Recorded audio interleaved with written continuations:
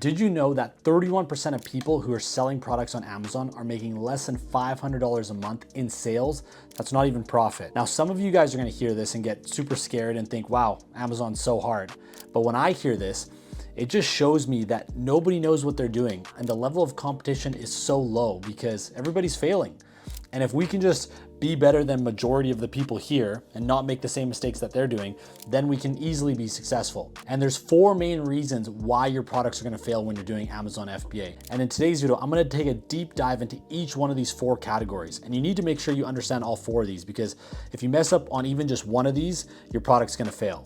And these are all lessons that I've learned from launching multiple products, failing a bunch as well, but I've made sure to learn from all my failures. And I'm not claiming to be some Amazon FBA guru, but I have recently launched 6 products on Amazon, and I was able to take 2 of my Amazon brands to $50,000 a month in sales within 5 months. So you guys can go back and watch some of my videos. I did $1,600 my first month, and now I did $50,000. And prior to that, I built and sold my last Amazon FBA business for $300,000 within 2 years while I was working a full-time job. I didn't know anything about Amazon at that point. And the reason I'm telling you guys this is because if you're making $50,000 a month like I am, you probably don't need to watch this video. But if you're just a beginner who's just starting Amazon, or you're somebody who's making less than $10,000 a month, I think you would be dumb not to watch this whole video and take notes to make sure that you don't end up like majority of people over here who are doing less than $500 a month. So these are the 4 main reasons why your product's gonna fail on Amazon. Starting with number 1, and this is the most common one that people mess up on, and that is picking the wrong product. And you guys have probably heard this before, but we need to break this down into 3 factors because there's 3 ways you can pick the wrong product. Starting with number 1, you're picking something that's too competitive. But I feel like some people don't know what I mean when I say something is competitive. So I'm gonna actually hop into my computer here, show you guys an example of a very competitive product and show you guys what I look for to see when a product's competitive. And what we're actually gonna look for is these blue light sunglasses here. So let's go into the computer right now. This is an extremely competitive product, guys, so do not launch this. I'm just showing you a bad example. All right, guys, so we're in Amazon now. We've searched blue light glasses, and this is what I look for to see if a product is competitive. I'm gonna give you guys some easy ways to tell. So the first thing is reviews. How many reviews do these people have? 33,000, that is crazy, right? And then you got 111,000. As soon as you see this, guys, you know that this product is way too competitive. If everybody on the first page has reviews in the thousands, some products you're not gonna see 100,000, but even if they're just like 5,000, 6,000, that is too much. So everybody's got thousands of reviews on the first page. And then another thing that I'm looking for is, what about designs, right? So one of the things I mentioned before is you want to be able to differentiate your product. But if everybody's already differentiated this product in every single way, like right, you got the clear ones here, you got black ones, you got gaming ones, you've got bundles of 3. It looks like this product, you got a 12 pack here. So that's a new one, actually. That guy's probably not making any money, but it looks like this product has already been done in every single way that it can. So there's really not any way that we can come in and improve this, right? You're not gonna wanna try to launch this product. And plus it's way too cheap. These are selling for $15. Another way that I look to see if this product is competitive is I look at the whole first page. A good way to tell a product is not competitive is if you search a product and maybe there's like 10 people selling that product, but then once you get down to the bottom, it starts showing you other products that aren't the product that you're actually looking for. So that means not that many people are selling it. But if you go on here and the whole first page is blue light glasses, that's too many people. And now another thing I do is I go to the 3rd page and I say, okay, well, what's on the 3rd page? And as you guys can see, it's just more of the exact same, just more blue light glasses. So what's gonna end up happening is if you launch this product, you're probably gonna be on the 10th page somewhere, and it's gonna be very difficult for you to work your way to the first page. So that's what I mean by too competitive. The next way you can pick a bad product is picking a product with bad margins. So margin is obviously your profit margin, how much you're paying for the product, how much you're spending on fees, and then how much you're actually selling it for. And a mistake that most beginners can make is they get overexcited. They just want to launch this product. They don't care how much they actually buy the product from their suppliers because they're thinking they're getting a great deal. And then once you add in the shipping cost, a lot of beginners don't even calculate the shipping cost before they put in their order. And then they forget to add the Amazon fees on top. And then by the time their product's launched, they're like, shit, I'm not making any money here, or I need to charge a lot more for my product to make money. And then what ends up happening is you're much more expensive than all your competitors and you're not gonna make any sales. So you need to make sure you avoid this. Make sure you're negotiating the best price with your suppliers. I made a video on this last week. Make sure you're factoring all the Amazon fees, and make sure you're calculating or getting a quote on shipping before you make your order of this product, before you decide to actually launch this product, because all those are factors that go into whether you should launch this product or not. Last way you can pick a bad product is you pick something that is too expensive for your budget. And this is something I never hear any Amazon gurus talking about. This is something I learned from firsthand experience, is when you're a beginner, you really have to take into consideration your budget.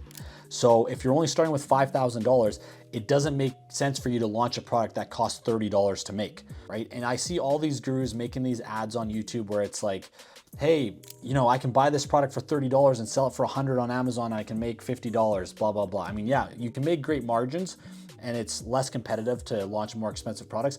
But for most beginners, it doesn't make sense to launch a product that's $30. So the easiest way I can break it down for you is, let's say, okay, you launched a product that's $30, that costs you $30 and you sell it for $100. So in order to make $20,000 a month, you need to sell 200 units, right? If they're $100, you need to sell 200 units. So your cost for 200 units is gonna be $30 times 200 equals, what is that? $6,000. So that's just 1 month's worth of sales to hit $20,000 a month. Now, you need to always have at least 3 months on hand, because or else you're gonna keep running out of stock. So you really need to actually be spending $18,000 to have 3 months worth of inventory of this product. And you know, if you have that, great. You know, I'm not saying that this isn't gonna work, it definitely will work, but for some people, they don't have that budget. So if you're a beginner now, I always recommend, and I've mentioned this, I made a whole video about this, I would recommend starting with a cheaper product, something less than $10, like even $3. If you can find a product that's $3, and that sells for 30. Now, of course, to get to that same $20,000 a month, you're gonna obviously need to sell more units. What is that? So $30, let's just say 600 units. So $30 times 600 units is 19,000. Now the product's gonna cost you $3 instead of 30. So you're gonna have to sell 600 units at $3. That's $1,800 a month. So times that by 3, now that's $5,400 a month for 3 months worth of inventory, which is a lot more doable than $18,000. So hopefully you guys can see that difference. So when you're looking to pick a product, make sure it fits within your budget. The second reason why your product's gonna fail on Amazon is because you didn't differentiate it enough, or the way you did decide to differentiate it wasn't something that people wanted. So I always recommend differentiating your product, and this is something I always do, but you have to make sure that it's something that people want. Don't just guess and say, well, you know, for example, let's say there's a product that's all black color and it's mainly, you know, guys who buy this product, and then you just decide to launch a pink version, right? No guy's gonna buy that. Well, maybe some guys might buy it, but most guys aren't gonna buy that product. So that's probably not a good way to differentiate it, right? Or you might just see a product and just decide to make it longer for no reason. Like, these are just ideas that are coming off the top of my head, but you need to do some research and look at some data and try to find, okay, what do people want, or how, or try the product yourself and feel like, okay, well, I think it would be better. I've tried it myself. I think it would be better if we added this to it, right? One thing that I always recommend is go through the reviews of your competitors, see what customers are saying. Do they want it in this color, or do they say they want it to be softer or bigger so it can hold more stuff, et cetera, et cetera. Do some research, maybe ask your friends and family, get some recommendations, and make an educated decision on how to differentiate it. Don't just change it randomly and then hope for the best. And the third reason why your product's gonna fail on Amazon, and this is something that none of you guys should mess up on, and that is your photos suck.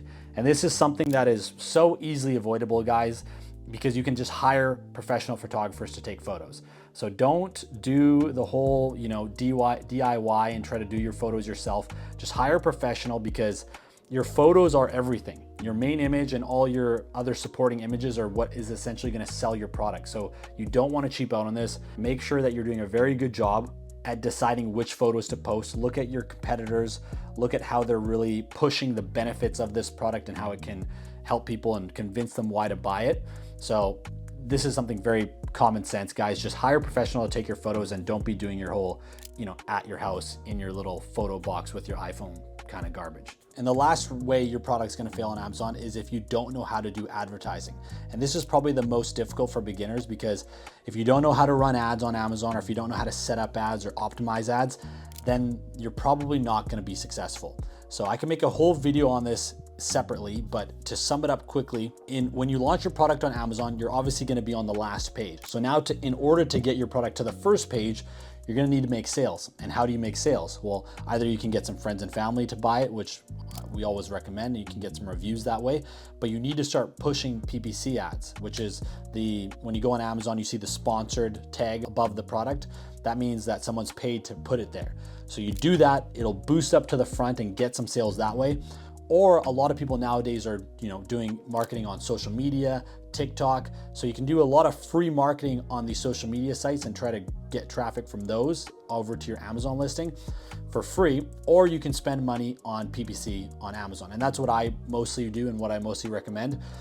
I mean, if you can do both, that's probably best. Either way, you need some sort of way to people to see your product and buy it, or else your product's not gonna be successful. So in order to be successful on Amazon, you gotta understand this full picture. You can't miss any one of these 4 things. You need to make sure you're picking the right product. You gotta make sure you're differentiating it properly. And you got to make sure you have good photos. And then you also got to make sure that you're running either Amazon PPC ads or doing some sort of marketing on social media like TikTok and Instagram, and just pushing people to your Amazon listing to get sales. So that pretty much sums up this video, guys. Make sure you take all these things into consideration when you're launching your next product on Amazon FBA. And if you got some value out of this video, please make sure to hit that like and subscribe button. Other than that, I'll see you guys on the next video.